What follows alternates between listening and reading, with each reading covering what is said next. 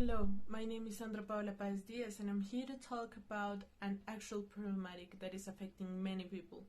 Not only the people of Bogotá as a metropolis, but especially the indigenous communities settled in Colombian territory. I'm talking about the Embera community situation. The settlement in a park from Bogotá in as a last resource in its desperate cry for help. First of all, we need to understand the context prior to the specific problem.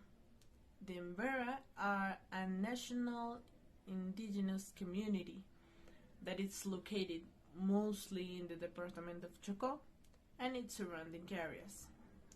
Embera communities can be found in practically the entire national territory and in such countries as Panama and Venezuela. The Embera are divided into three groups: the Embera Chami, and the Embera Catio. The problem arises when, due to negligence of the government, some Embera settlements join into a voice of protest and make an appearance in the capital, and little by little more and more people join until reaching the point where the settlement have more than 500 people, including pregnant women, children, and elderly. One of the main problems in this situation were solved in May the 12th of this year, since many people from the settlement agreed to a help from the government that provides them with a shelter just for them, although there are still some people in the national park resisting. The fact of having a shelter alleviates problems such as temperature or inclement weather in Bogotá, but it certainly does not give them back their territory, which they were forced to leave, either to avoid starvation or to avoid being killed by the guerrillas you can find in Colombia. That is what we call forced displacement. And in fact, it seems more like a tradition than a problem for the government these days. The fact that they are leaving the national park does not help with the fact that they are still in Bogotá. So discrimination, crime due lack of opportunities, and sanitation and health conditions will continue to be precarious. At this time, and with the degree of seriousness that the matter requires, there is not a single answer to solve everything.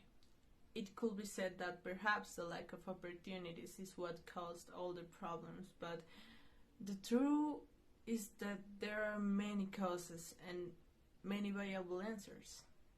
Taking into account the project of the 17 goals of the United Nations, I propose that global solutions can be projected in a local way and implemented, in this case, in a personalist way, starting with solving poverty and hunger, since during the 8 months of settlement, several children died from starvation and unhealthy conditions.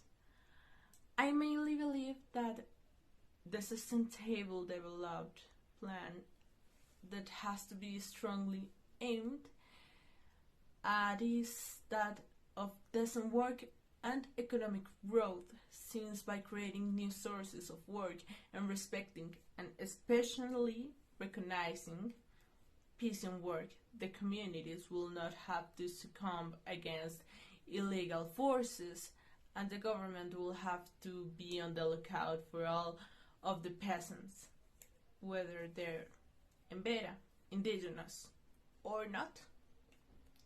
And the goal referring to reducing inequalities will generally encompass all the previous ones. In the social and community context, in which citizens do not consider indigenous people as citizens, but rather as indigenous, and this is reflected in the workplace or in the streets.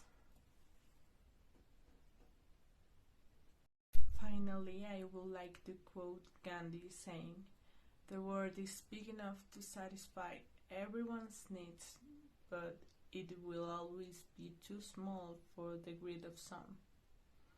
The problem with the Embera community has not been solved, just because we no longer see it, and it's very important to keep that in mind.